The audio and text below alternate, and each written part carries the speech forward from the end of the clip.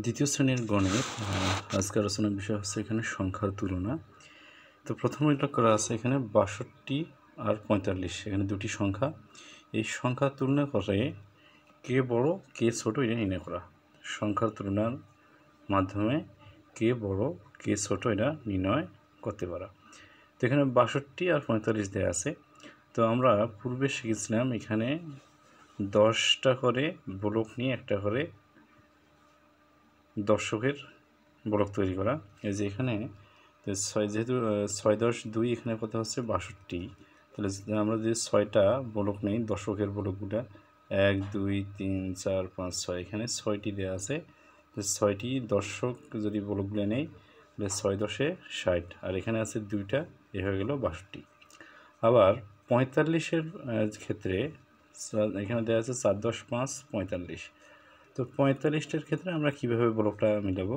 তো এখানে 10-এর ব্লক দেওয়া আছে 1, 2, 3, 4টা, আর 5-এর জন্যে 1, 2, 3, 4, 5টা, শুধুমাত্র 5টা ব্লক। এখানে ৬২-র জন্য ছিল 6টা 10-এর ব্লক এবং 2টা আছে 1 করে ব্লক।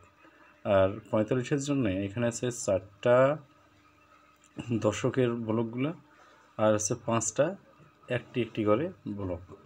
তো দুটোর মধ্যে এখানে দেওয়া আছে যে চলো আমরা আগে 10-এর দলের তুলনা করি। এখানে 10-এর দল, এখানে 10-এর দল আছে কয়টা? 6টা, এখানে আছে 4টা। তো ৬২-এ 10-এর দল ছিল 6টা এবং 45-এ 10-এর দল আছে 4টি, তাই ৬২ বড়। তো এখানে যে বিষয়টা এটা হচ্ছে ব্লকের সাহায্যে তুলনা করে এখানে কে ছোট কে বড় এটা নির্ণয় করা হয়েছে। এবং পরবর্তীতে আবার আছে স্থানীয় মান, স্থানীয় মানের সাহায্যেও এই ছোট বড় নির্ণয় করা যায়।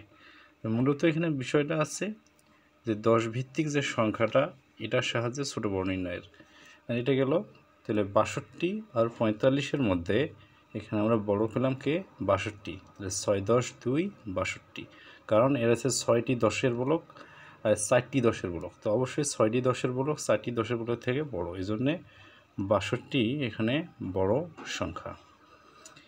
এরপরে আছে 434, পরের পাতায় 15 নম্বর পাতায় উল্লেখ করা আছে যে 434 ও 253 সংখ্যা দুটির মধ্যে কোন সংখ্যাটি ছোট। এবার ছোট সংখ্যা বের করা।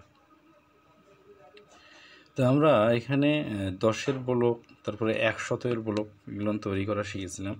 তো এইখান থেকেই এইখানে যে বিষয়টা, যেমন 434, তো সংখ্যা দুটিকে 110 এবং 1-এর দল করে সাজাই, এখানে দল করে সাজানো আছে।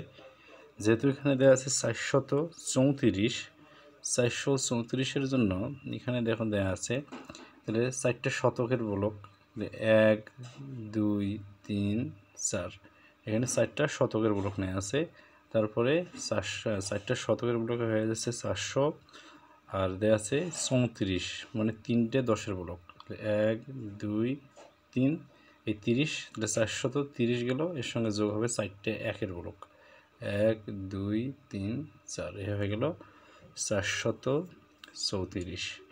এবং দেওয়া আছে 253, দুইটা হচ্ছে 100-এর ব্লক, এখানে দুইটা 100-এর ব্লক 200, আর 5, 10, 3, 53, 5টা 10-এর ব্লক 1, 2, 3, 4, 5, এই 5টা হচ্ছে এখানে 10-এর ব্লকে 50, আর 3টা হচ্ছে 1-এর ব্লক 1, 2, 3। এই দুটো সংখ্যার মধ্যে যদি তুলনা করি, এখানে দেখছে যে কি, চলো আমরা আগের 100-এর দলে তুলনা করি। এখানে 100 আছে কয়টা? প্রথম 434-এ 100 আছে 4টা, 1, 2, 3, 4, আর 253 সংখ্যাতে এখানে 100 আছে কয়টা? 2টে, 1, 2, তাহলে এখানে 4টে 100, এখানে আছে 2টা 100, তাহলে অবশ্যই 4টে 100 হয়ে বড় হবে 2টা 100 থেকে।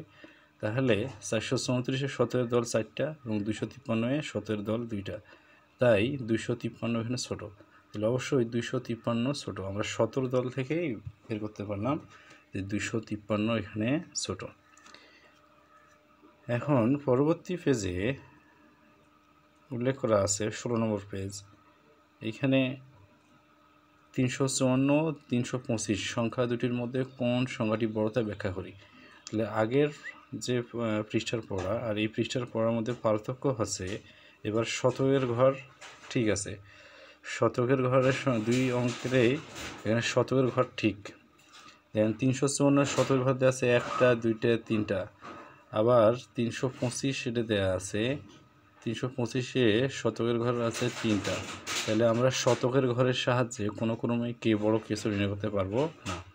এরপর যাব দশকের ঘরে।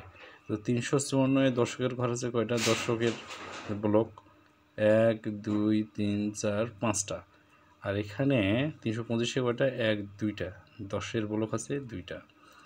তাহলে যদি শতকের দল একই হয় তবে আমরা 10-এর দলে তুলনা করব। যেহেতু এখানে শতকের দল 1, এখানে 3টা, এখানেও 3টা, তাহলে আমরা 10-এর ব্লকে যাই। 10-এর ব্লক কী আছে? এখানে 5টা, এখানে 2টা। তাহলে অবশ্যই এখানে বড় সংখ্যা হচ্ছে 354। এরপর আছে অনুশীলন। বড় সংখ্যাটিতে গোল দাগ দেই। কারণ এই যে এগুলো হচ্ছে বাসার অনুশীলন কাজ।